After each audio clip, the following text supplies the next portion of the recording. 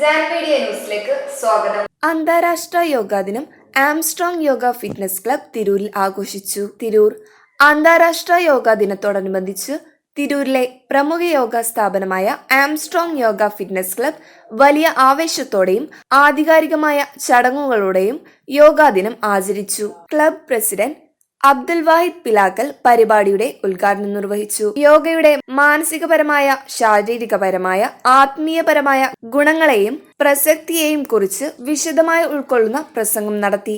ആരോഗ്യമാണ് സമ്പത്ത്, വ്യായാമം ശീലമാക്കുക എന്ന സന്ദേശം ചടങ്ങിന്റെ മുഖമുദ്രയായി. ക്ലബ് സെക്രട്ടറി പ്രേമൻ അധ്യക്ഷത വഹിച്ച ചടങ്ങിൽ യോഗയുടെ പ്രാധാന്യം സമൂഹത്തിൽ എത്തിക്കുന്നതിനായി സംഘടിപ്പിച്ച വിളംബര ജാഥ മുനിസിപ്പൽ സ്റ്റേഡിയത്തിൽ നിന്ന് ആരംഭിച്ച് ബസ് സ്റ്റാൻഡ് പരിസരത്ത് സമാപിച്ചു. തുടർന്ന് നടന്ന യോഗ സെഷനിൽ നിരവധി പേർ പങ്കെടുത്തു. എക്സിക്യൂട്ടീവ് മെമ്പേഴ്സ് ഷിയാബ് അന്നാര, ഷാഫി മുണ്ടേക്കാട്ട്, സലാം പത്തമ്പാട്, സലീം നടുവിലങ്ങാടി, ബഷീർ, സമീർ, ഷിയാബ് എന്നിവർ നേതൃത്വം നൽകി. ആംസ്ട്രോങ് ക്ലബിന്റെ എക്സിക്യൂട്ടീവ് അംഗങ്ങളും സീനിയർ അംഗങ്ങളും ചടങ്ങിൽ സജീവമായി പങ്കെടുത്തു. ട്രഷറർ അബ്ദുൽ ഖാദർ നന്ദി പറഞ്ഞു. ജൂൺ 21 ഇന്ന് ലോക യോഗാ ദിനം. തിരൂരിലെ പ്രമുഖ ആംസ്ട്രോങ് ക്ലബ്ബ് നമ്മുടെ യോഗാ ദിനം ആചരിക്കാൻ പോവുകയാണ്. യോഗ എന്നതുകൊണ്ട് ഉദ്ദേശിക്കുന്നത് മാനസികമായും ശാരീരികമായും ഉന്മേഷം, അതോടൊപ്പം തന്നെ ഏറ്റവും നല്ലൊരു വ്യായാമ മുറയാണ് യോഗ. 2014 യുണൈറ്റഡ് നേഷൻസിൽ നമ്മുടെ പ്രധാനമന്ത്രിയായ മോദി യോഗാ ദിനം ആചരിക്കാൻ വേണ്ടിയിട്ട് ഒരു പ്രമേയം അവതരിപ്പിക്കുക. ആ പ്രമേയത്തിന് 177 രാജ്യങ്ങളുടെ പിന്തുണ കിട്ടുക. 2015 ജൂൺ 21 യോഗാ ദിനമായിട്ട് പ്രഖ്യാപിച്ചു. അപ്പോൾ തിരൂരിലെ പ്രമുഖ ക്ലബ്ബായ ആംസ്ട്രോങ് എല്ലാ വർഷവും നമ്മൾ യോഗാ ദിനം ആചരിക്കാറുണ്ട്. യോഗയെക്കുറിച്ച് ഞങ്ങൾക്ക് പറയാനുള്ളത്, പ്രായഭേദമന്യേ പരിശീലിക്കാവുന്ന ഒരു യോഗ അഭ്യാസം കൊണ്ട് ഉദ്ദേശിക്കുന്നത് മാനസികമായിട്ടുള്ള ഒരു വളർച്ച, ശാരീരികമായും ആത്മീയമായും ഒരു ഉന്മേഷം, ഉന്മാദം കിട്ടുന്ന ഒരു കാര്യമാണ്. അപ്പോൾ ഞങ്ങളിപ്പോൾ ഏകദേശം 10-60 മെമ്പർമാരുണ്ട്. എല്ലാവരും രാവിലെ 7 മണിക്ക് തിരൂർ സ്റ്റേഡിയം ഗ്രൗണ്ടിൽ വന്നിട്ട് 1 മണിക്കൂർ നേരം യോഗാഭ്യാസമാണ്. ഇതിൽ മെയിനായിട്ട് ഉദ്ദേശിക്കുന്നത് ബ്രീത്തിങ് ആണ്. ഈ ബ്രീത്തിങ് ഉദ്ദേശിക്കുന്നത് നമ്മൾ സ്ട്രെസ്സുകൾ കുറക്കുക. യോഗ ക്ലബ്ബിൽ താല്പര്യമുള്ള ആളുകൾ ഇനിയും മടിച്ച് നിൽക്കാതെ മുന്നോട്ട് വരണമെന്നാണ് ഞങ്ങൾക്ക് പറയാനുള്ളത്. കാരണം ഒരുപാട് ആളുകൾ ഇപ്പോൾ എല്ലാ ദിവസവും ഞങ്ങളെ ഈ ക്ലബ്ബിൽ ജോയിൻ ചെയ്തുകൊണ്ടിരിക്കുകയാണ്. ഞങ്ങളെ യോഗ ഈ 21 യോഗാ ദിനത്തിൻ്റെ ഒരു മാർച്ച് പാസ്റ്റ് നടത്തിക്കൊണ്ട് ഞങ്ങൾ ഉദ്ഘാടനം പ്രഖ്യാപിക്കുകയാണ്. ലോകമെമ്പാടും ഇന്ന് യോഗാ ദിനം ആചരിക്കുകയാണ്. 10ാമത് യോഗാ ദിനമാണ് ഇന്ന്.